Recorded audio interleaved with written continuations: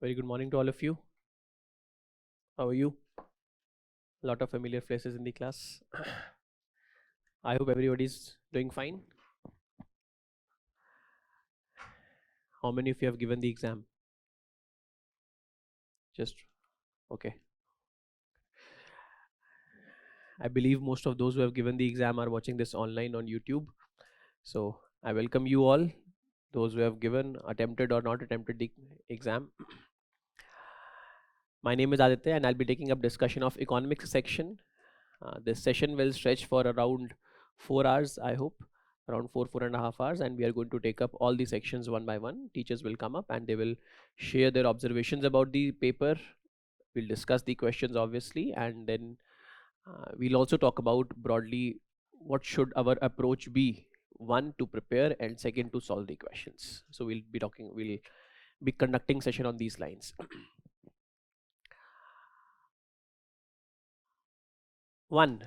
First, the general takeaways.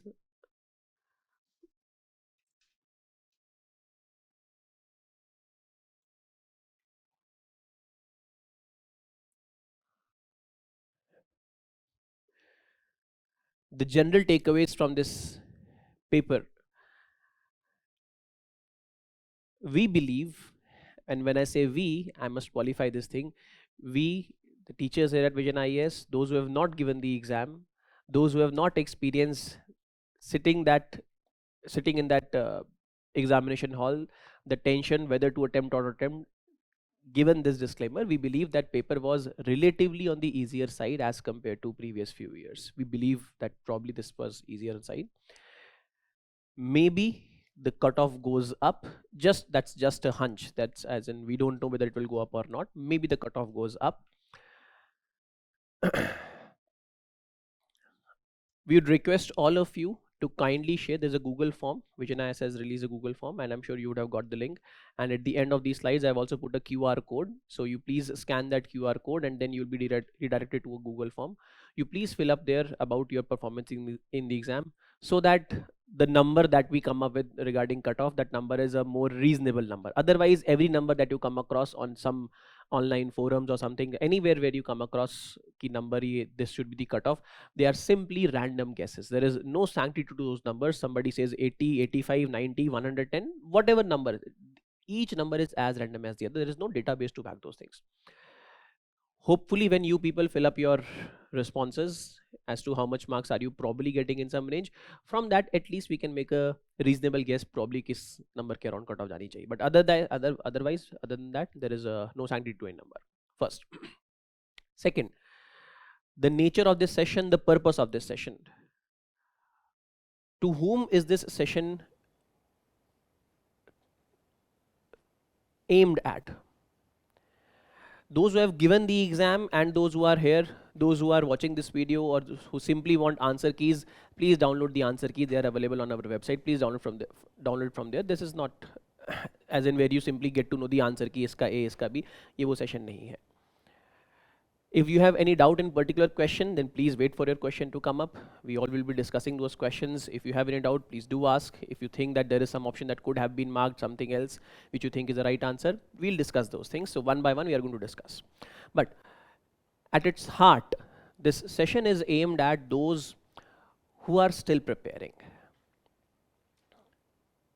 We discuss this, we say this in our classes, every teacher says this in their classes, that you should begin your preparation by looking at previous year questions, not because you want to solve them or you can solve them, but because you should understand that one, what is the motivation behind that question? What kind of topic, in what manner should you have studied so that you were reasonably prepared to answer that question? As in simply studying monetary policy and in monetary policy you study only tools of monetary policy, that will not make you capable to answer the questions that you see here. How should your preparation be oriented? Now that is something that you will get through from attending this session. Certainly, what could we do while sitting in the exam, while looking at the questions, so that we have a reasonable chance of success? We'll discuss all those things. With this, let's start. I'll be taking up economics section, as I said.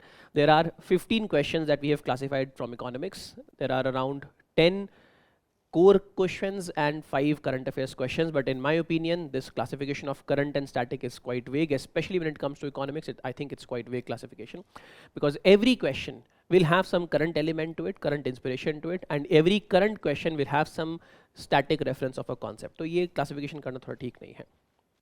Start करते हैं अपना discussion. CSAT की full form कोई बता सकता है?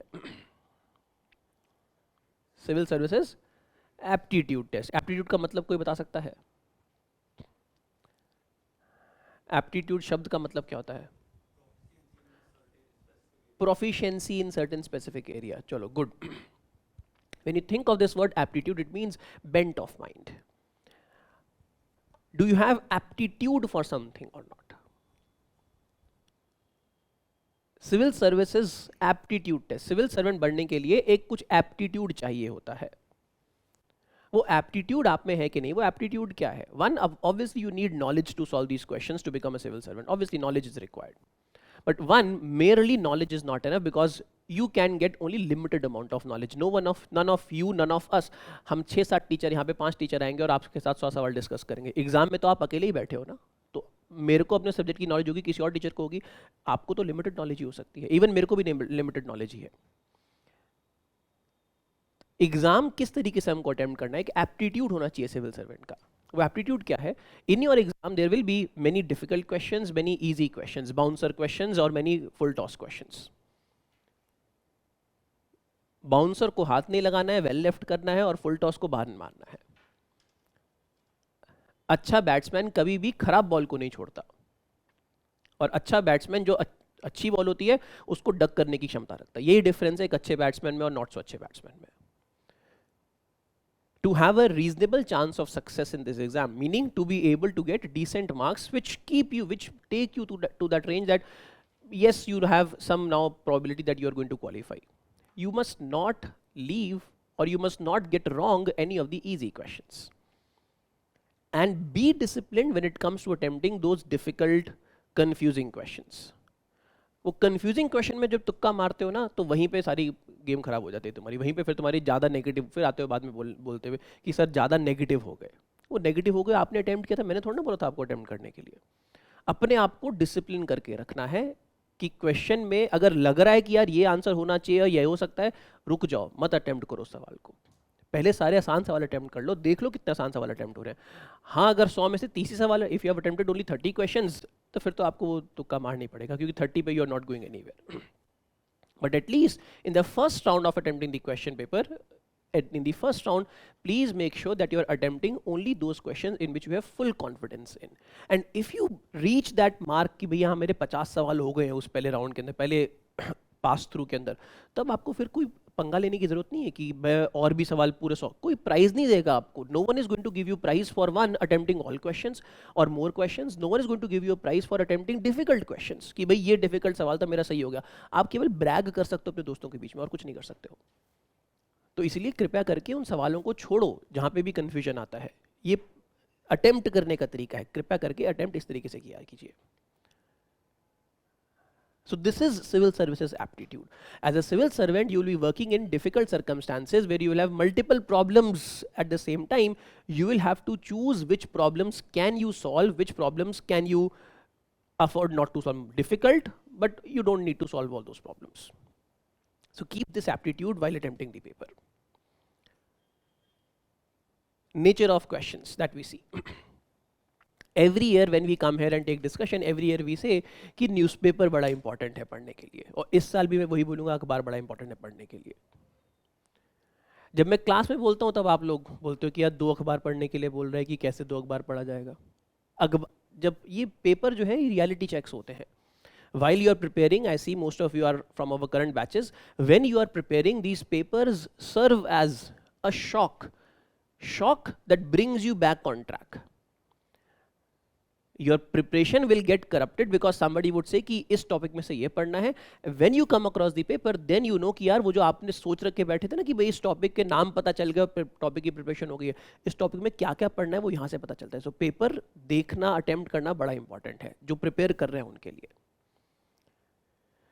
When we look at some this session will be, I've shared my observations with respect to this paper, we'll now discuss, and while discussing we'll discuss the preparation sources as well as strategy of this paper। ठीक है, तो हम इस तरीके से इस session को रखेंगे। As I've already said, these are my observations regarding this year paper. One, the difficulty of questions I believe in economics was on the higher side as compared to previous years. Why do I say higher side? Because the confidence level of attempt in questions is less. Even though you see the question, you see that yes, I've seen it somewhere, probably I know the answer to this, but still confidence level was quite low, and because confidence level is low, hence I say difficulty is high. क्योंकि difficulty अपने आप में बोलना कि वो तो मैं अपने पर्सपेक्टिव से बता सकता हूँ कि मुझे चीज़ आती है कि नहीं आती, लेकिन सवाल अटेम्प्ट में कॉन्फिडेंटली कर पाता हूँ कि नहीं, वहाँ पे डिफिकल्टी वो बेटर तरीके से मेजर होती है। In the past few years, we have seen that the weightage of economics as a section has relatively declined.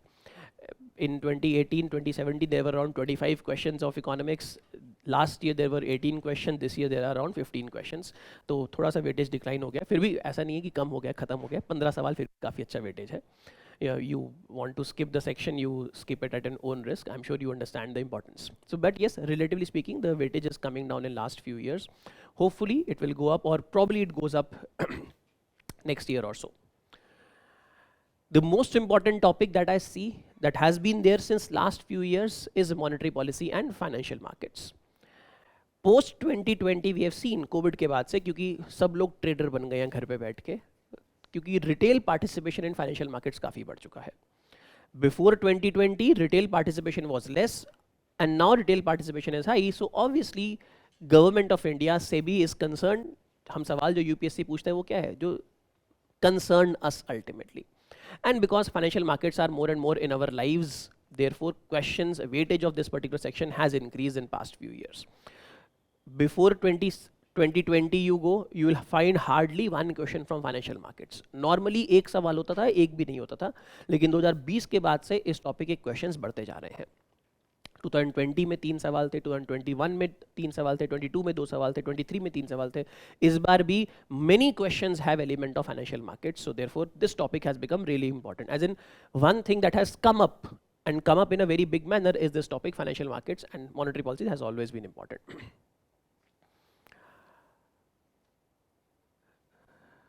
Those who study, I've written this here for your reference, those who study from some sources, they have idea about the name of the topic, and somebody says this topic mein se ye padh lena, such people will find the paper easy because they will not be able to attempt the questions. And those who work hard, those who try to study with meticulous details, those people are going to find it on the difficult side because they are the ones who are going to get confused. Choice is yours whether you want to keep it easy and not study at all, or whether you want to study elaborately through newspapers and then hopefully be able to make a reasonable guess. Okay, I'm sure you understand the way forward, which is आपको अखबार पढ़ना है और अखबार से हम काफ़ी सारे क्वेश्चन सॉल्व कर सकते थे एक इंटेलिजेंट गेस के थ्रू। चलो अब स्टार्ट करते हैं अपना discussion. This is the trend of past few years. As I said कि 25 क्वेश्चन आए थे 2017 में, 19 में, उसके बाद थोड़ा सा कम हो गया है relatively speaking. But this year as you see here the proportion of question on the difficult side is more. Now this is my classification, not the official classification, as in institute's classification. We have given, as in Vision IS has given, that there are 4 questions on difficult side, but I have classified the moderately difficult ones also as difficult here. So therefore please bear with it. So मेरे according थोड़े से question ज़्यादा difficult थे as compared to what say the institution believes. With this, let's start our discussion. Question number 1. If United States of America were to default on its debt, holders of US Treasury bonds will not be able to exercise their claims to receive payment. ये अरे paper मत खोलो, paper ढूंढते रह जाओगे, यहाँ पे सारे सवाल हैं. Look here. If US were to default on its debt, holders of US Treasury bonds will not be able to exercise their claims to receive payment. US government debt is not backed by any hard assets but only by the faith of government. Answer इसका A है, लेकिन सवाल discuss हम केवल answer नहीं देख रहे, हम देख रहे हैं सवाल का इंस्पिरेशन क्या है, कहाँ से इसको सॉल्व कर सकते थे. 1 news, US government defaulting on debt, and therefore there was news continuously last year, even this year there is news that American government may default on its debt, and therefore there is a impasse in their parliament, in their congress, between the president and the executive body. So they have signed a bill last year कि debt ceiling को किस तरीके से हम reform कर सकते हैं. तो current affairs से तो ये पूरा current affairs का सवाल है. 1.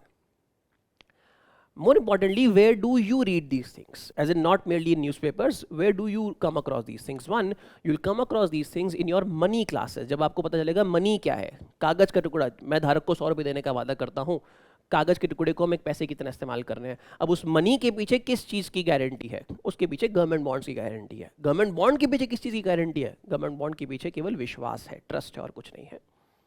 So in your money classes, you would come across this thing. 1. Second, you will come across this thing in your fiscal policy classes, when you come across government debt, कि सरकार का debt sustainable है या नहीं है. हम पढ़ते हैं अपनी फिजिकल पॉलिसी की क्लासेस के अंदर कि गवर्नमेंट का डेट कितना है. हम पढ़ते हैं एनके सिंह कमेटी ने क्या रिकमेंड किया कि गवर्नमेंट का debt should be 60% of general government debt should be 60% of GDP. American government debt is 100% of GDP. तो गवर्नमेंट का अगर डेट ज़्यादा होगा तो डेट का मतलब कितना आपने लोन ले रखा है.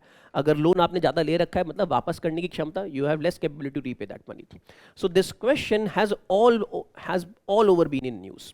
This was an attemptable question on the difficult side because it requires some technical knowledge here कि भाई किस चीज़ से backed है या फिर जो बॉन्ड होल्डर्स है उनका क्या होगा. टेक्निकल साइड पे है, लेकिन ये अटेम्प्टेबल ज़रूर सवाल है. गलत हो गया कोई बात नहीं, लेकिन इसको अटेम्प्ट मेरे ख्याल से करना चाहिए था इस क्वेश्चन को. The answer is A, both statements are right, and second statement is the correct explanation of 1.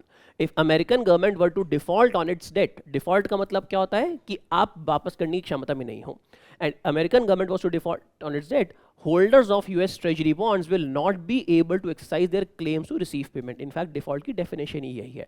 वापस नहीं कर पा रहा है, इसका मतलब सामने वाला बंदा वापस नहीं ले सकता है. मैंने आपसे लोन ले रखा है, मैं वापस नहीं कर पा रहा हूँ, इसका मतलब आप वापस नहीं ले सकते हो. The statement is right.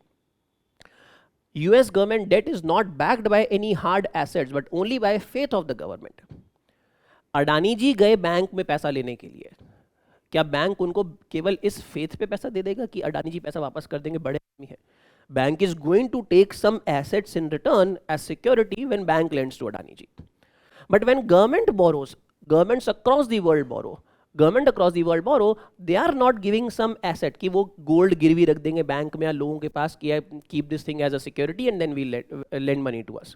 When government borrows, government debt is not backed by any hard asset. It is only backed by the faith. What kind of faith? Faith यहाँ पे किस चीज़ का है? Faith is कि सरकार हमेशा रहेगी और सरकार टैक्स कलेक्ट करने की पोजीशन में रहेगी. Government will collect taxes will flow to your CFI, Consolidated Fund of India, or let's say in American case, American Treasury, and from that the government will be able to pay the money that it borrows. ये faith है, केवल faith है, कोई ऐसा hard asset नहीं है कि उसके backing में कुछ है कि सरकार वहाँ से पैसा वापस कर देगी. So this statement is right. In fact, when you read both the statements together, then you see that statement 2 is correct explanation of 1. Is it clear? ठीक है. Answer is A. Both statements are right and A is the correct explanation of 1. Second is the correct explanation of the first statement. See the columns here. I have tried to do this exercise myself कि मैंने पहले बिना answer देखे हुए अपने आप attempt किए questions और देखा कि मैं कितने सवाल अटेम्प्ट कर सकता हूँ. मैं अब if you compare me, 1, I have limited knowledge but I would like to assume a little bit more knowledge than you. Second, because there was no pressure on me on sitting in the exam, तो मैं थोड़े से attempt ज़्यादा कर सकता था, आप confuse हो सकते थे. But anyway, given this disclaimer, I've included these columns here.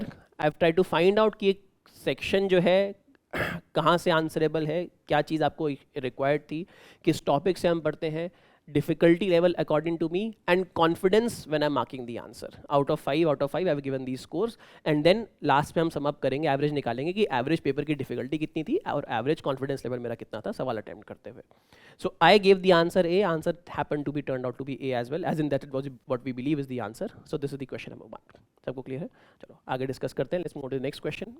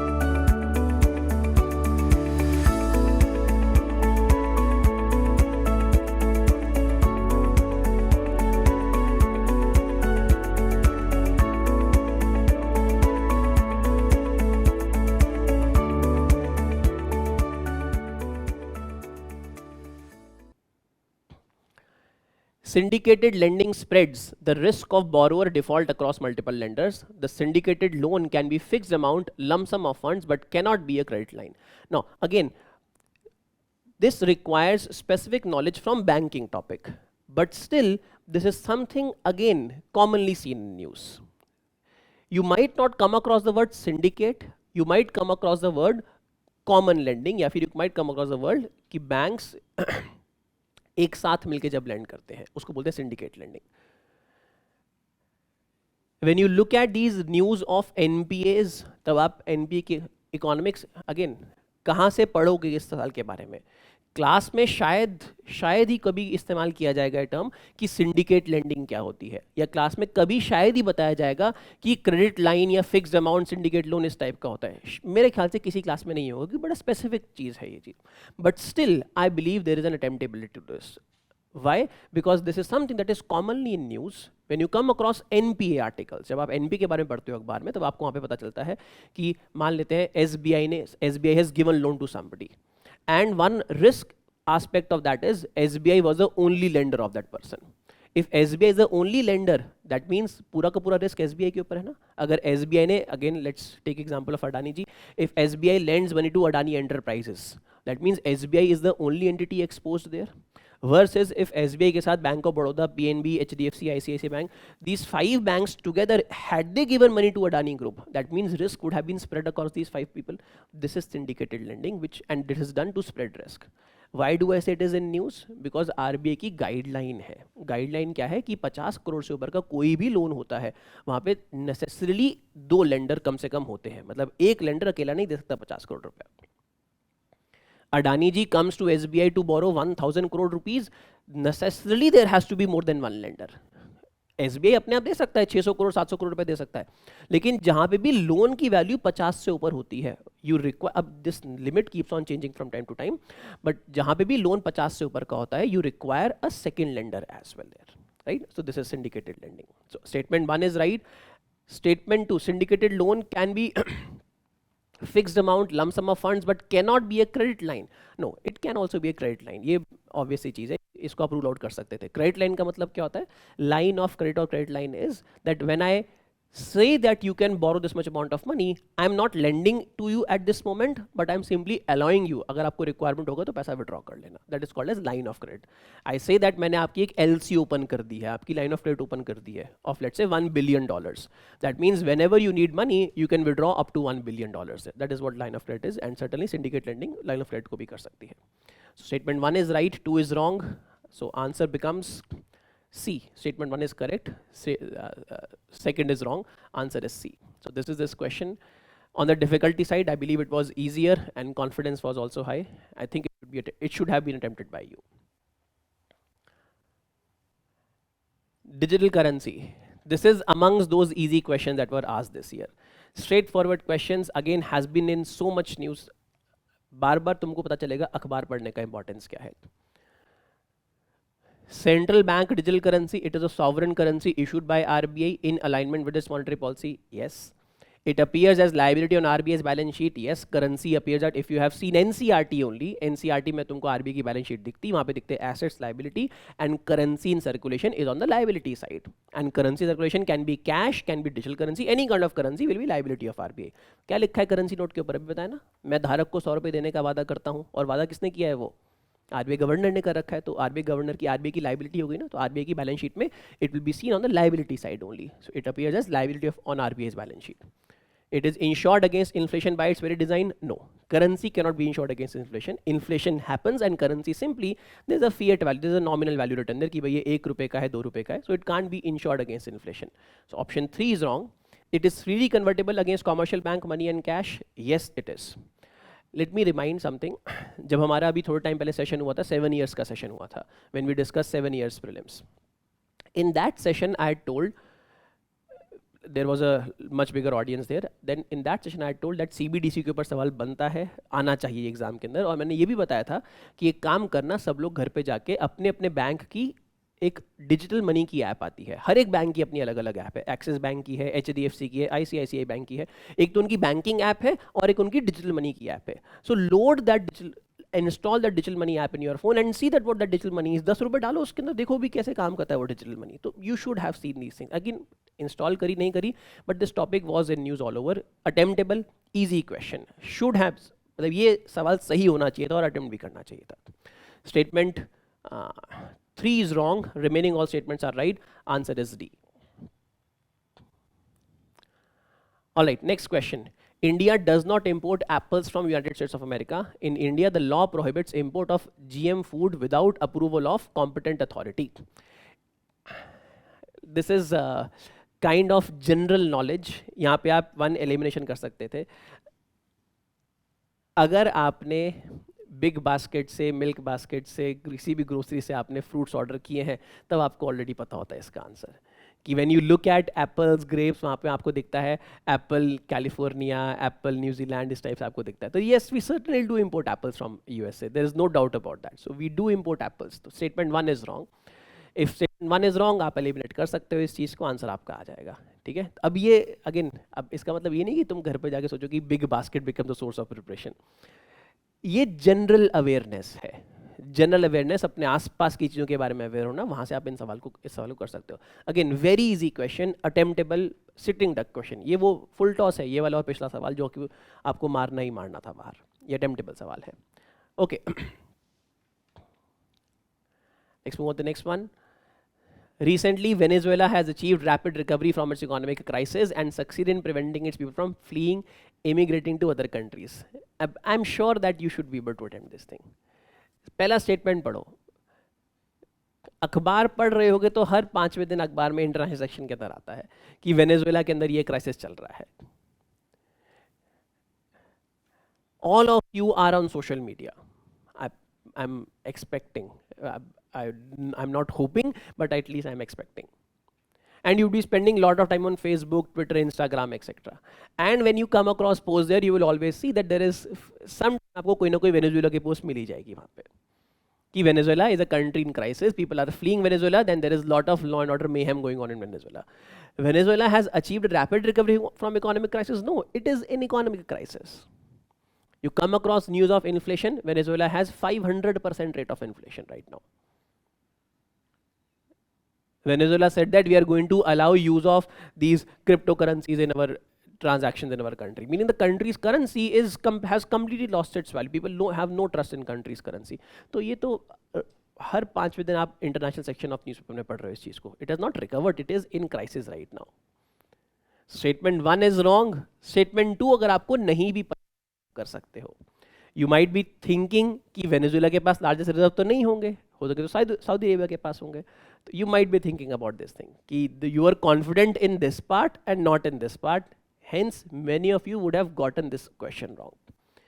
Thinking that Venezuela does not have largest reserves, Saudi Arabia has. No, because this is a more quote unquote commonly thought of fact. It's not, it's a wrong fact, but people more commonly think that Saudi Arabia or some Gulf country might have. Answer is Venezuela has. Again reading from newspapers you should have known this thing at least, आप attempt कर सकते थे. Even while I was attempting, my confidence level was not so high here. Even though I believe that it was on the easier side, question आसान है, लेकिन फिर भी मेरा खुद का कॉन्फिडेंस इसको अटेम्प्ट करने में कम था. मैंने देखो कॉन्फिडेंस में अपने आपको 2 नंबर दिए इसमें. क्यों? क्योंकि मुझे खुद नहीं लग रहा था कि वेनेजुएला के पास लार्जेस्ट रिजर्व्स होंगे. अब ये I did not know this, it's a fact. Now I get to know this. Probably it's a very common fact. I did not know this thing. But certainly I knew this कि भाई यहाँ country in crisis है, ये तो पक्का statement गलत है. तो वहाँ से आंसर आ सकता है उस चीज़ से.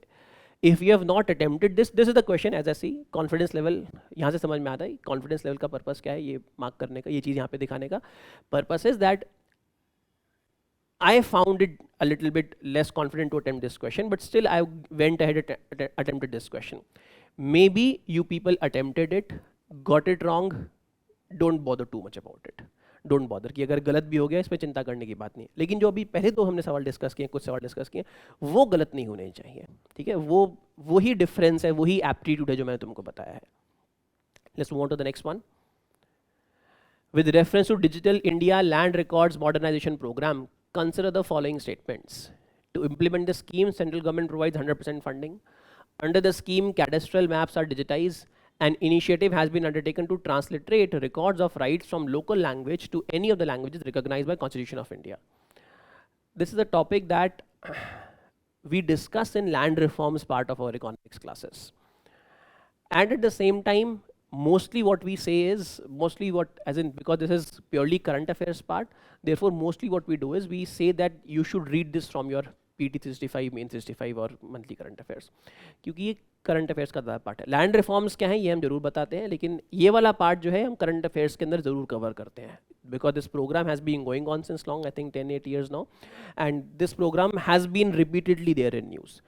लैंड रिकॉर्ड्स मॉडर्नाइजेशन प्रोग्राम, जैसे लास्ट ईयर भी न्यूज़ में था कि हमने जो है एक नई लैंड टाइटलिंग की रिजीम हम लेके आए थे, जिसके अंदर there was something called as presumptive titles. So this was discussed last year in some classes as well, and certainly in current affairs. Was there attemptable? Yes, decently. जो current affairs व्यक्ति पढ़ रहा होगा ना, वो पक्का इसको attempt करके आएगा. ये वो question है जो कि knowledge वाले part को separate करेगा from lack of knowledge वाला part. If you have been a disciplined, serious candidate who has done current affairs, which is, in my opinion, as far as economics is concerned, the most important source. If you have done PT 65, then this question was certainly up for you. ये वो question है जो कि आपको differentiate कर देता कि बाकी लोग 5 करते हैं, आप फिर 6th question नहीं कर पाते आप. This is that question. Those who were serious and those who did current affairs as the source of preparation would certainly mark this answer. All 3 statements are right. Answer इसका D है. Answer से ज़्यादा more important है कि हम ये समझें कि सोर्स क्या है, प्रिपरेशन कहाँ से करनी है इस चीज़ की. लैंड रिफॉर्म्स का टॉपिक है, but more importantly land reforms में करंट एप्लीकेशन वाला पार्ट है, जो कि मंथली करंट अफेयर्स में कवर हुआ है. हमारे PT 65 में भी है, मेन 65 में भी है लास्ट ईयर के. ठीक है, दिस ईयर PT 65 के अंदर ये चीज़ है. ओके, आगे बढ़ते हैं. Anyone has any questions regarding the pace of our session or any question with respect to any question that is here? किसी को कुछ पूछना है, कुछ बताना है, किसी चीज़ के बारे में कुछ डाउट है किसी को? आगे बढ़े. We are almost halfway up, so that's why I thought it's a good time to ask. Any questions? नहीं? ठीक है. पेस तेज तो नहीं है, धीरे तो नहीं है. हाँ, चलो. फैक्चुअल मैंने अटेम्प्ट नहीं किया सवाल ये, मुझे नहीं पता इसके बारे में, और आपको पंगा नहीं लेना है. कोई मुझे पता ही नहीं कहाँ पे है डोनियोपोलो एयरपोर्ट. कुशीनगर मेरे को पता है. Which of the following is a green field project. Green field क्या होता है? ग्रीन फील्ड इज न्यू, जहाँ पे ब्रांड न्यू बनता है. ब्राउन फील्ड इज जहाँ पे एग्जिस्टिंग को आप इन्वेस्टमेंट करके और इंप्रूव करते हो. I know that Kushinagar is a greenfield project, but I have no idea about where this Doniopolo is and whether Vijayawada is a greenfield project or not. So I will not attempt this question. तो ये आपको very specific fact पता है तो attempt करो, नहीं पता है तो कृपया छोड़ो. Discipline, civil services aptitude, discipline. So please leave it if you don't know. There is no prize, there is no point for taking a guess here. ठीक है. Answer is 1 and 2 are green field, 3 is brown field. So answer is A. Answer इसका A है. हमको छेड़ना ही नहीं है इस सवाल को. ठीक है, zero confidence.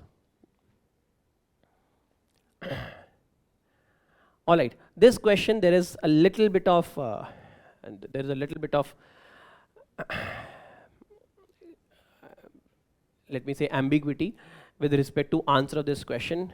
We believe, and we have discussed this amongst ourselves, we believe the answer and we have given this answer, but let us wait for UPSC to give the answer here. Maybe इसका answer change भी हो सकता है, as in हम change नहीं करेंगे, हमको जो लगता है हमने अपना बेस्ट डिस्कशन करने के बाद ये आंसर दिया है, हमारे अकॉर्डिंग ये आंसर होना चाहिए. अब एग्जाम में आपने अगर सही सोच के आंसर मार्क किया, उसके बाद गलत हो जाता है तो उसकी चिंता मत करो, ऐसे सवाल होते हैं, there are questions like this. तो आप ऐसे मत सोचो कि आपको बिल्कुल अगर कट ऑफ 90 है तो आपको 90 पे ही लेके आना है. You have to be at, you have to have some buffer as well कि आपके कुछ ऊपर मार्क्स हो. In India, NBFCs access the LAF window of RBI. Now there is a doubt regarding this statement. Let me come up read the other statement, then we'll discuss this one. In India, FIIs can hold government securities. Yes, anybody can hold government securities. I can purchase, you can purchase, banks can purchase, mutual funds can purchase, foreigners can purchase. FIIs buy GSEC from simply stock markets, even directly from the government. So FIIs are holder of, they can certainly hold government securities. In India, stock exchanges can offer separate trading platform for debt. Yes, many stock exchanges do offer across the world and in India also separate bond trading platform. Stocks का एक platform होता है, bonds का दूसरा platform होता है और India में भी है. तो yes, they do offer separate bond trading platform. So this is also right. ये जो this question is statement number 1. This is from monetary policy. हम जो LAF है monetary policy में पढ़ते हैं. Statement 2 ये external sector के अंदर हम पढ़ते हैं. जब हम बात करते हैं इंडियाज बैलेंस ऑफ पेमेंट और बीओपी में हम पढ़ते हैं investments, foreign investments, there we come across FDI and FII, वहां पे इस चीज को हम क्लास में पढ़ाते हैं. Stock exchanges can offer separate trading platform for debt. This is capital market topic. So you see the beauty और complexity of this question. Class में हम एक चैप्टर पढ़ रहे हैं, इन्फ्लेशन का अलग, अनएम्प्लॉयमेंट का अलग, जीडीपी का अलग, नेशनल इनकम, stock markets का अलग. And exam में you see that the questions are not restricted by what we discuss in class, as in how we proceed in class. The question here, this is news. News as in, news is not bound by our divisions of classes. News में जब आप article पढ़ोगे वहाँ पे आपको article के अंदर foreign investment के बारे में भी आएगा, आरबीआई का रेगुलेशन ऑन फॉरेन इन्वेस्टमेंट के ऊपर भी आएगा, सेबी का रेगुलेशन भी आएगा, उससे इन्फ्लेशन पे क्या फ़र्क पड़ता है, गवर्नमेंट डेट पे क्या फ़र्क पड़ता है, हर एक चीज़ के बारे में एक आर्टिकल में आपको मिलेगा. News is that source of maturity. Classes are source of knowledge. आपको क्लास में नॉलेज मिलती है, उस नॉलेज को मैच्योरिटी में कन्वर्ट करने के लिए आपको अखबार पढ़ने होते हैं. So please ignore newspapers at your own risk. I'm sure you're getting the important point of all the questions here. बिना क्लासेस के अखबार पढ़ोगे कम समझ होगी मुझे लगता है, लेकिन अखबार पढ़ना बहुत इंपॉर्टेंट है, क्लास अटेंड करना भी. और if you are not attend, at least you should have a basic source from where you are preparing. Statement 2 and 3 are straightforward. That's fine. Answer is either C or D. We believe that statement number 1 is wrong answer. is wrong statement. NBFCs can access LAF window of RBI. LAF window जो होती है जिसके अंदर repo reverse repo transactions होती हैं, LAF window is open to banks and primary dealers. In primary dealers, you have got insurance companies, you have got mutual funds, you have got big asset management company. ये सब entities होती हैं जो कि primary dealers की तरह काम करती हैं, जिनसे RBI, जिनको RBI lend करता है, जिनसे RBI borrow करता है. Now primarily there are banks here. Some NBFCs have been given permission by RBI that they can access LF facilities. Some NBFCs have been given permission. As in, those primary dealers that access LAF, those primary dealers register themselves as NBFC and then they engage in LAF with RBI. लेकिन जो NBFC की जो हमारी general understanding है term की, non banking finance company जो कि NBFC काम करती हैं, कि लोगों को लेंड करती हैं पैसा, वो NBFCs के पास LF फैसिलिटी की एक्सेस नहीं होता है. RBI does not lend to NBFCs under repo rate. So with this thinking, we believe that statement 1 is wrong. RBI does not lend to NBFCs directly. RBI lends to banks, obviously, as in repo rate, and then banks lend to NBFCs in whatever way they want to lend. NBFCs by themselves directly can't access LF. If they can, it would be more of an exception. Exception specifically given to an NBFC. तो अगर इस statement को पढ़ो तो ये statement economics से ज़्यादा एक इंग्लिश कॉम्प्रिहेंशन का स्टेटमेंट है, क्योंकि स्टेटमेंट यहाँ पे लिखा है in India NBFCs can access LAF. तो अब इस कैन एक्सेस को हम कैसे इंटरप्रेट करें, अब यहाँ पे डिफरेंस ऑफ ओपिनियन आ जाएगा हमारा यूपीएससी का, अगर हमारा आंसर अलग अलग होता है। तो हमने इंटरप्रेट किया है कि एनबीएफसीज कैन एक्सेस का मतलब ये होना चाहिए कि all NBFCs have a general access to LAF, which we believe is wrong. But if यहाँ पे कैन वर्ड का मतलब आरबीआई यूपीएससी ने ऐसे ले लिया कि नहीं नहीं देखो वो एनबीएफसी उसको अलाउ है क्योंकि एक कर सकती है, इसका मतलब कर तो सकती ही है। अगर आरबीआई यूपीएससी ने ऐसा लिया तो फिर ये स्टेटमेंट उसको सही मान लेंगे। हमें लगता है कि अगर यूपीएससी ने ऐसा किया तो शायद वो गलत होगा। अब यूपीएससी को ना हम क्वेश्चन कर, we can't question UPSC, you can't question UPSC, so let us wait for UPSC's answer, but we in all our wisdom, collective wisdom of everybody at Vision IAS, we have discussed, many people have discussed this statement, and we have discussed this with experts as well. We believe that statement 1 is wrong, and hence answer should be 2 and 3 are right, D. Answer should be D. Confidence level थोड़ा कम है, मैंने इसमें 3 लिखा है क्योंकि जब मैंने attempt किया था I did not, मैं इसको स्ट्रेट अवे मना कर दिया था कि ये तो नहीं, स्टेटमेंट गलत होना चाहिए। But then we came across कि जो प्राइमरी डीलर्स हैं वो एनबीएफसी की तरह रजिस्टर्ड होते हैं, तो may be the statement, the answer can be C as well, but I think D is the more probable answer. Let's move ahead. आगे बढ़ते हैं. Looking for an effective plan to begin your essay mains preparation? Adopt the structured approach of pre-decided themes and develop sharp essay writing skills. Break down complex topics to articulate your thoughts with logic and clarity. Enroll in the Vision IAS Essay Enrichment Program starting from 27th June, 1 p.m. Build your essay writing skills into your biggest strength.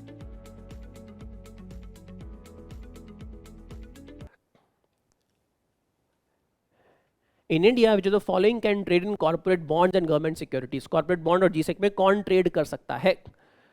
Insurance companies, pension funds, retail investors. Again, see stock market, financial markets question.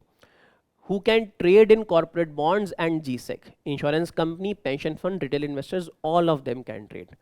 Easy question, straightforward question from capital market, and this is something that will probably not be taught in your capital market classes. This is something that when I am teaching in the class, मैं अपनी बात कर लेता हूँ, जब मैं class में money market instruments वगैरह पढ़ा रहा होता हूँ तब मैं बताता हूँ कि कौन कौन, कई बार मैं ऐसे रेफर कर देता हूँ कि anybody can participate, foreigners can purchase, insurance companies can buy, retailers obviously can buy, so I will refer. ये मत सोचो कि ये चीज़ क्लास में स्पेसिफिकली पढ़ाई जाएगी कि नहीं पढ़ाई जाएगी, मुझे नहीं, I don't think so this going to be taught specifically कि कौन कौन किस किस चीज़ के अंदर ट्रेड करता है। This is more of general awareness, है ना। तो I think this is only attemptable, easier side question है, ज़्यादा इसमें सोचने का है भी नहीं कुछ सवाल के अंदर। Everybody can trade in corporate bonds G-sec, answer is D, full confidence, पूरा आंसर डी है इसका। All right, which of the following are considered as financial instruments? देखो फाइनेंशियल इंस्ट्रूमेंट्स का मतलब अगेन स्ट्रेट फॉरवर्ड सवाल है ना। Exchange traded fund ETF, again stock market वाले फाइनेंशियल में हम पढ़ते हैं, it is a financial instrument. ETF, motor vehicle, no, motor vehicle is a consumer good, it's not a financial instrument, right. Currency swap, yes, currency swap is also a financial agreement. I remember in many of my batches, I don't know why, is it a coincidence or not, but in many of my batches, somebody or the other has asked about currency swaps in the class, कि currency swap क्या होता है, या फिर एक और सवाल आएगा जो कि क्लास में मैं नॉर्मली नहीं पढ़ाता हूँ लेकिन क्लास में कोई ना कोई पूछ लेता है उस चीज़ को आके। तो currency swap agreements, that currency swap, yes, there are also financial market instruments traded in the financial markets, ठीक है। So answer is 1 and 3 is right, 2 wrong, आप 2 को एलिमिनेट कर दो, आपके पास A and C बचता है, yes, A and C, easy सवाल है। Currency swap, currency pairs trade होते हैं, currency swap agreements, they are financial market instruments. Answer is 1 and 3, D. Alright, one more question where maybe there may be a difference between our opinion and opinion of UPSC. I'll take some time to explain this question. है तो एकदम basic portion का सवाल है कि कौन सा primary sector, secondary sector, tertiary sector है, लेकिन there is a little bit of debate here. When I say debate means debate amongst us, those who people discussed and came out with the answer. तो हम लोगों में भी debate थी, तो मैं थोड़ा सा तुमको in interest of transparency I'll explain that part. Storage of agricultural produce, storage is primary, secondary, tertiary. Storage is a, देखो primary, पहले जनरल वो देखो बेसिस क्या है प्राइमरी सेकेंडरी टर्शियरी का. Anything that you do directly from the ground that is primary. When there is some kind of processing involved, that becomes secondary. And anything that provides a service for the primary or secondary activity, service को हमेशा IT service banking समझना. Anything that provides services to primary and secondary sector, that becomes tertiary, right? So that is the conventional classification. Storage is a service. Storage is not storage of agriculture produce. You produce production, agriculture is primary activity. Processing of produce is secondary activity. Storage of produce is something that is assisting, that is a tertiary activity. तो storage secondary नहीं tertiary activity है. Dairy farm ये तो certainly primary activity है. Mineral exploration, now this is where some confusion lies. I'll discuss. Weaving cloth secondary है, इसमें तो कोई doubt नहीं होना चाहिए. So statement 1 is wrong. Option 2 dairy farm primary, this is right. Option 4 weaving cloth secondary, this is right. तो दो तो सही है. अब बचा है तीसरा मिनरल एक्सप्लोरेशन. ये कौन सी टाइप की एक्टिविटी है? 1 we could not find any source, some authentic source where mineral exploration was given as primary secondary और टर्शियरी. हमने कोशिश करी, हमको कोई सोर्स नहीं मिला. मैं ट्रांसपेरेंसी में तुमको बता देता हूँ. Mining is 100% primary activity. Mining में तो कोई डाउट नहीं, माइनिंग क्वेरिंग हर जगह प्राइमरी एक्टिविटी लिखा होता है और वो प्राइमरी एक्टिविटी है. We are mining from the ground. Mineral exploration, now it is up to a person that how do you see mineral exploration. When you see mineral exploration as part of mining activity, तो mineral exploration भी primary हो जाएगा. लेकिन we believe mineral exploration is tertiary क्योंकि यहाँ पे specifically exploration लिखा है. Those who study geology, they would know that mineral exploration is a very technical part. You go and prospect for minerals in the ground. You see, you assess that whether an extractable, viably extractable amount of mineral. Gold तो Pusa road के ऊपर भी कहीं ना कहीं होगा, लेकिन ये वाइबली एक्सट्रैक्टेबल नहीं है. प्रोस्पेक्टिंग एक्सप्लोरेशन एक्टिविटी जो है वो एक हाई स्किल असिस्टिंग सर्विसेज है. Mining is that primary activity, but exploration we believe is something that assists in mining, and therefore we believe that mineral exploration is a tertiary activity, not a primary activity. Mining we have found everywhere. Mining is written as primary and that's quite obvious, में तो कोई doubt है भी नहीं. लेकिन mineral exploration यहाँ पे UPSC ने पूछा है. अगर यूपीएससी को माइनिंग पूछना होता तो वो माइनिंग पूछता, because they have written the word mineral exploration. That means they are trying to point out to the technical nature of mineral exploration. So that is again what we believe. Hence we have kept this as right कि mineral exploration tertiary activity है. इसीलिए हमने इसको सही माना है क्योंकि mineral exploration एक काफ़ी technical activity है. जियोलॉजी में again मैंने बोला कि हम पढ़ते हैं specifically कि mineral exploration की क्या क्या processes होते हैं.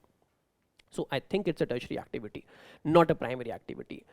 Again, if UPSC treats it as a primary activity, तो हम hindsight में post factor explanation देख सकते हैं कि भाई यहाँ mining and mineral exploration है, लेकिन अभी इस समय हमारा एग्जाम चल रहा है ना. जैसे आपका तो एग्जाम हो गया, अब ये हमारा एग्जाम है. This is going on YouTube, this is going on live, this is record everywhere कि भाई आपने विजन आईएएस ने ये चीज़ बताई थी. तो हमको ट्रांसपेरेंटली आपको बताना चाहिए कि हमें क्यों लगता है कि ये चीज़ टर्शियरी एक्टिविटी है.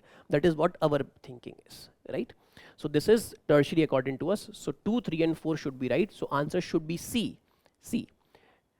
You may come across, now I have not seen other institutes की, you may come across कि other institute हो सकता है 2 दे, 1 and 2 को करेक्ट करके दे. हमने इनको तीनों को सही माना है. फर्स्ट तो ऑब्वियसली गलत है. तो 2, 3 and 4 are right according to us and therefore answer is C according to us. Answer is C. देखो कॉन्फिडेंस लेवल मेरा कम है इसमें मार्क करने में, हमने इसको सी आंसर दिया है. Next, with reference to physical capital Indian economy, consider the following pairs.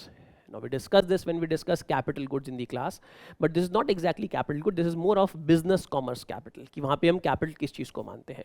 So there is fixed capital. Fixed capital मतलब होता है capital goods, machines and tools, वो उनको बोलते हैं fixed capital. Working capital क्या होता है? Working capital is basically what you need to carry on your operations. The intermediate goods you use, whatever, that is called as working capital. तो fixed capital मतलब क्या हुआ? Machines and tools. ये screen fixed capital है, ये camera, ये पीछे television, all these are fixed capital of Vision IAS. Working capital anything that is being used as an intermediate good, that would be working capital. काम करने के लिए किस चीज़ की आवश्यकता है? पैसा का. आपको पैसा चाहिए क्योंकि आपको रॉ मटेरियल खरीदना है, आपको पैसा चाहिए क्योंकि आपको पेट्रोल खरीदना है, आपको यार्न चाहिए क्योंकि आपको शर्ट बनानी है. वो सब वर्किंग कैपिटल के एग्जाम्पल्स हैं. Machine is fixed capital, intermediate goods are commonly called as working capital. Plough, farmers plough, किसान का हल is fixed or working capital? It's a fixed capital. The thumb rule to identify what is fixed, what is working is you see that how long will it last. Something which is fixed capital is expected to last for multiple production cycles. Something which is working capital will last for just one production cycle, meaning एक बार में consume हो जाएगा, intermediate good है. So farmer's plow is a fixed capital. Option 1 is wrong. Computer is a fixed capital, that's right. Yarn used by weaver is fixed, no. Yarn is intermediate good, that would be working capital. So option 3 is wrong. 2 is right. 1 गलत है, 3 गलत है. Petrol working capital, yes. Petrol के business में इस्तेमाल होता है. Petrol becomes a working capital. As in I am also consuming petrol coming to the class, तो वो मेरे लिए कंजम्पशन गुड है, वहाँ पे फिर पेट्रोल फिर कैपिटल का काम नहीं कर रहा है, लेकिन आप बिजनेसेस पेट्रोल इस्तेमाल करते हैं तो therefore it is working capital. Statement 2 and 4 are right, 1 and 3 are wrong. Answer should be only 2 statements. This question answer is only to B. B is the answer here. So this is, as I said, basic business commerce का topic है. NCERT की जो commerce वाली business वाली जो NCERT है वहाँ से इसको पढ़ सकते हो, लेकिन वो हम नॉर्मली रिकमेंड नहीं करते हैं इकोनॉमिक्स के लिए पढ़ने के लिए क्लास में. Even your chapter 1 national income accounting जो मैक्रो इकोनॉमिक्स का चैप्टर है, in that also the concept of capital is given. Fixed capital के बारे में यहाँ पे दिया हुआ है, इन्वेस्टमेंट्स के बारे में. So from there you can infer and attempt this question. ठीक है, वहाँ से हम अटेम्प्ट कर सकते हैं. ये पढ़ने की आवश्यकता नहीं है कि मैंने यहाँ पे लिख तो दिया है बिजनेस कॉमर्स NCERT है, बट ये आई डोंट थिंक सो पढ़ने की आवश्यकता है. ऑलरेडी आपके पास बहुत कुछ है पढ़ने का जो है. ठीक है, उसको अलग से ये पढ़ना. With reference to rules imposed by RBI while treating foreign banks, consider the following statements. We discussed this part in our banking classes, but this particular question requires a very specific knowledge of RBI's regulations. I did not attempt this question because again मुझे नहीं पता था, जबकि banking मैं काफ़ी पढ़ाता हूँ class में. जो लोग मेरे से पढ़े उनको पता होगा, 4-5 क्लास बैंकिंग पे लगाते हैं, बड़ा बोरिंग सा टॉपिक है. लेकिन फिर भी even I did not know the answer to this question. I did not attempt. Discipline. There is no minimum capital requirement for wholly on banking subsidy in India. ये तो बिल्कुल गलत है, ये तो मुझे पता है कि ये गलत स्टेटमेंट है. कोई भी इंडियन फॉरेन बैंक के ऊपर नहीं होगी, हर एक इंडियन बैंक के ऊपर रिक्वायरमेंट है, कमर्शियल बैंक के ऊपर, स्मॉल बैंक के ऊपर, पेमेंट बैंक के ऊपर, आरबी, हर एक बैंक के ऊपर रिक्वायरमेंट है. There must be some minimum capital available with the bank. So statement 1 तो पक्का गलत है. There is no minimum capital requirement. For wholly owned banking subsidiaries in India, at least 50% of board members should be Indian national. Now, this is a specific knowledge. Leave it. कोई prize नहीं मिलेगा attempt करने का. Leave this statement. Leave this question. And then I left. मुझे नहीं पता था इसलिए मैंने छोड़ दिया. अगर आप उस स्थिति में हो कि आपको केवल 30 सवाल अटेम्प्ट हुए अभी तक और अटेम्प्ट करना है, तो मार देना इसके ऊपर कुछ ना कुछ, सही या गलत जो भी आपको लगता है, अक्कड़ बक्कड़ बम्बे करके मार देना कि कौन सा इसका स्टेटमेंट सही है कि नहीं. I would not attempt this question. Statement 1 is obviously wrong, I know, but statement 2 I don't know, hence I could not attempt. Statement 2 answer ये है, statement 2 सही है, तो answer is B. 2 only is the correct answer. That is the answer here. तो इसमें जो condition है वो ये है, at least 50% should be Indian nationals, out of which 1/3 should be resident in India. तो ये कंडीशन है उसके अंदर, है ना. तो नेशनल्स का मतलब NRIs भी हो सकते हैं, person of Indian origin type भी हो सकते हैं, लेकिन 1/3 जो है इंडियन रेजिडेंट्स भी होने चाहिए. अब ये स्पेसिफिक नॉलेज है. लॉ में RBI की रेगुलेशंस की जो है उसके अंदर बड़ा एक आर्टिकल तुमको पढ़ना पड़ेगा. कोई नहीं पढ़ता इस चीज़ को, छोड़ो इस सवाल को, कोई नहीं करने की आवश्यकता. Next, with reference to CSR rules in India, consider the following statements. CSR rules specify that expenditure that benefit company directly or its employee will not be considered as CSR activity. Even if you don't know that this is true or not. क्या यहाँ पे intelligent guess कर सकते हो? ये intelligent guess वाला सवाल है. पढ़ो स्टेटमेंट को. CSR rules specify that expenditures that benefit company directly or its employees will not be considered as CSR activity. सही होना चाहिए, गलत होना चाहिए? सही होना चाहिए ना भाई. अगर कंपनी खर्चा कर रही है ये बोल के कि हमारी कॉर्पोरेट सोशल रिस्पॉन्सिबिलिटी है, और वो खर्चा कंपनी को डायरेक्टली बेनिफिट पहुंचा रहा है, तो वो CSR एक्टिविटी का पार्ट नहीं होना चाहिए, right.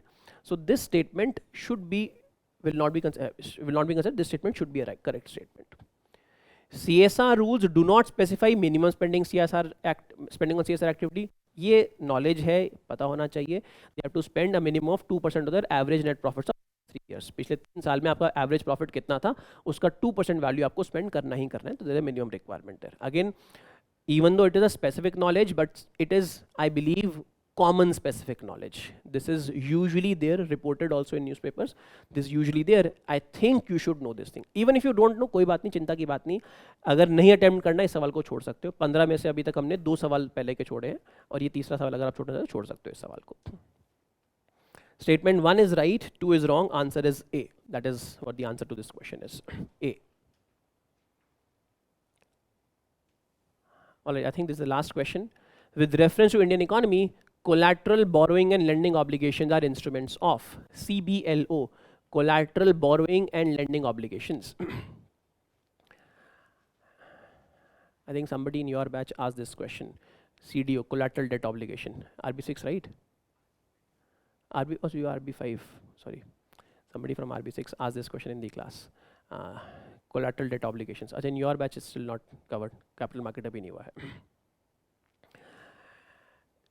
Collateral borrowing and lending obligations. Again, not something that anybody would be discussing this in class, because this is an advanced financial market instruments. We don't discuss these things in class. Having said that, one, there are related instruments that we discuss in the class first, and second, this was in news last year. CBLO. CBLO, collateral मतलब क्या होता है? कोई ना कोई security. Collateral borrowing and lending obligation. कुछ ना कुछ किसी ने बोरो किया है, लेंड किया है, उसके पीछे कोई ना कोई कोलैटरल है, उस कोलैटरल में कुछ ट्रेड हो रहा है, उस कोलैटरल, उस कॉन्ट्रैक्ट में कुछ ट्रेड होता है. That is what CBLO basically is. Now these are very short term money market instruments. This is not a bond. ये बॉन्ड नहीं है. कोलैटरल बोरोइंग लेंडिंग ऑब्लिगेशन ये एक बॉन्ड नहीं है, तो बॉन्ड मार्केट नहीं है. ये फॉरेक्स कोई करेंसी नहीं है, करेंसी मार्केट भी नहीं है. Stock, this is not some share of a company, तो स्टॉक मार्केट भी नहीं है. तो आप अगर इस टाइप से सोच सकते हो, then you can arrive at the answer. May be you are confuse between A and C की बॉन्ड मार्केट का क्या, मनी मार्केट का. ये कंफ्यूजन हो सकता है. ये कंफ्यूजन है तो I am okay with this. As in, चिंता की बात नहीं है. अगर ये कंफ्यूजन है, ये कंफ्यूजन सोच के आपने बॉन्ड मार्केट मार्क किया, गलत हो गया, कोई बात नहीं. कोई प्राइज नहीं दे रहा है आपको अगर सारे के सारे सवाल सही हो रहे हैं तो. This is, I think, question that you could have attempted, but even if you did not attempt or got it wrong, there is no issue here. It is, I think, on a difficult side, क्योंकि ये नाम ही बड़ा सा खतरनाक सा है, collateral borrowing and lending obligation. अखबार में था, इसलिए अटेम्प्ट, इसलिए मैं बोलूँ कि अटेम्प्ट कर सकते थे. अदरवाइज नहीं अटेम्प्ट किया, कोई प्रॉब्लम की बात नहीं है. आंसर इसका मनी मार्केट इंस्ट्रूमेंट है. It is not a bond, it is obviously not a stock, it is not a currency. So answer is money market instrument है. So answer is C here. Has been there. Difficulty तो इसकी है, इसमें कोई doubt नहीं है, difficult सवाल है. सो that is it, I think, from our economics section. Any questions if you have, किसी भी रिस्पेक्ट में, क्वेश्चंस को लेकर, किसी क्वेश्चन में अगर कोई डाउट है, सॉल्यूशन को लेकर, प्रिपरेशन स्ट्रैटेजी, सोर्सेज को लेकर, if there is some question, please do ask, I will be happy to help.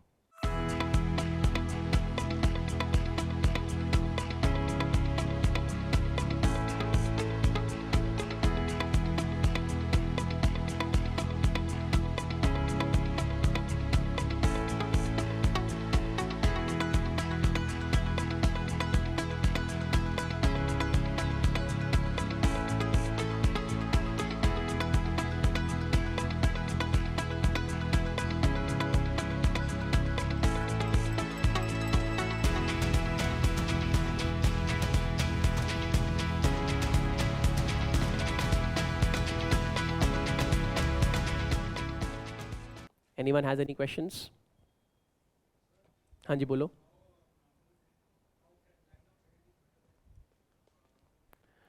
How is it better than normal credit? One, don't use the word better, because when you say better, his question is, how is LOC line of credit better than normal loan?